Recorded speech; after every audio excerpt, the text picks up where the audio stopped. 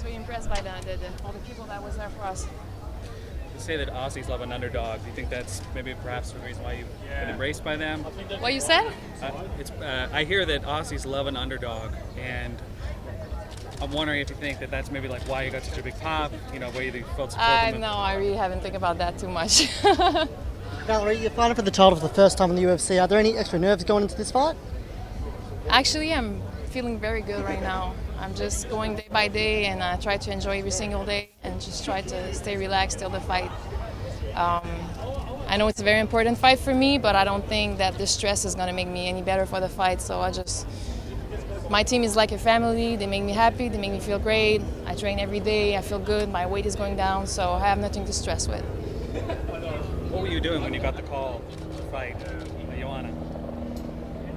I was at home and my phone kept ringing in the middle of the night. It was 1 o'clock in the morning and I had no battery on my phone, so I was like, come on, I'm gonna call back tomorrow.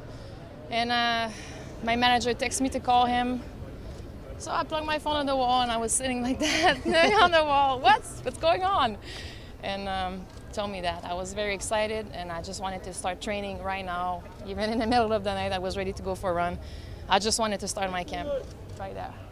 Comparing that moment to this moment right here, being in front of all these fans, did you ever imagine this? I've never imagined even to have two women title fight on the same card. A few years ago, that was something that I could never even imagine. To have this crowd so excited, and then it's their first event in Melbourne, and we went through this a few years ago in Canada. It was the same, and it was so hard to make us understand what her sport was, so I thought UFC was very game to do such a big event for the first time in Melbourne, and I'm so proud that it's a success so far, and people are so excited. It's very motivating.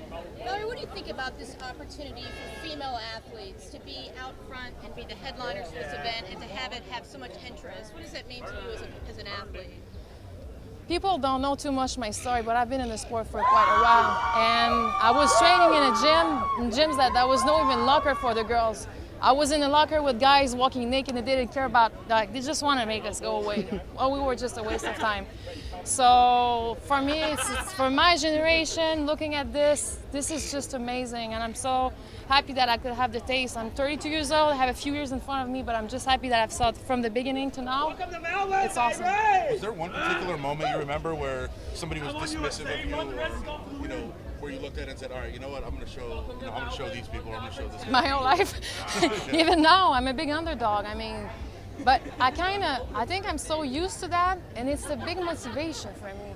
So it just makes the fight even more exciting. I've always been like that even as a child. Tell me I can't do something, I'm going to prove you wrong. I'm going to do everything to prove you wrong. So kind of like that spot, but it's the spot I had pretty much my whole life for different reasons. Now it's for my fight, but before it was fighting against the fact that I was a woman, wanted to do this kind of sport. So. Valerie, you mentioned and you going into your opening fight in the Ultimate Fighter House against Roxanne Modafferi, you weren't mentally prepared. How do you mentally prepare for this fight? It's my whole career that prepared me for this fight. Every time I fell, every time that didn't work out for me, I've learned a lot from that, and I knew why I fell, so I just work on it, and I just feel like right now the timing is perfect on everything. Just the way I feel, just the time, how my body react, on my teams, like everything's going well so far, training camp. Exactly. There was a ruling the other day about Hector not being able to be in your corner. How much of a distraction was that, and how much will it impact your fight? I don't want to talk too much about it because it's nothing positive for me, but all I have to say is the job is done.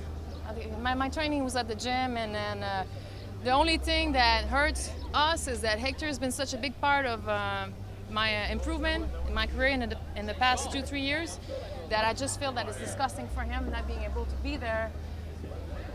But he's going to be in the crowd, and he knows how much I care and how grateful I am for how much he's been helping me. So, but the job is done, and I would go there with no corner, and I would still do my job. Do you plan on seeing the Penguins post-fight? Sorry? Do you plan on seeing the Penguins post-fight? What is that? The Penguins at Phillip Island or St Kilda Beach? Yeah, I've heard about that. There's penguins here? All over. I don't know. No, sorry. Well, I'm gonna try to visit after the fight. I want to go to Sydney. I want to drive. I want to rent a car and visit. So if anybody has a suggestion, that's my plan after the fight.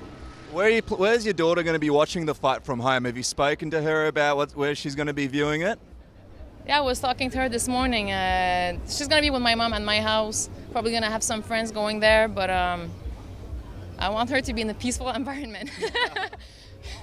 So yeah, at home. Thank you.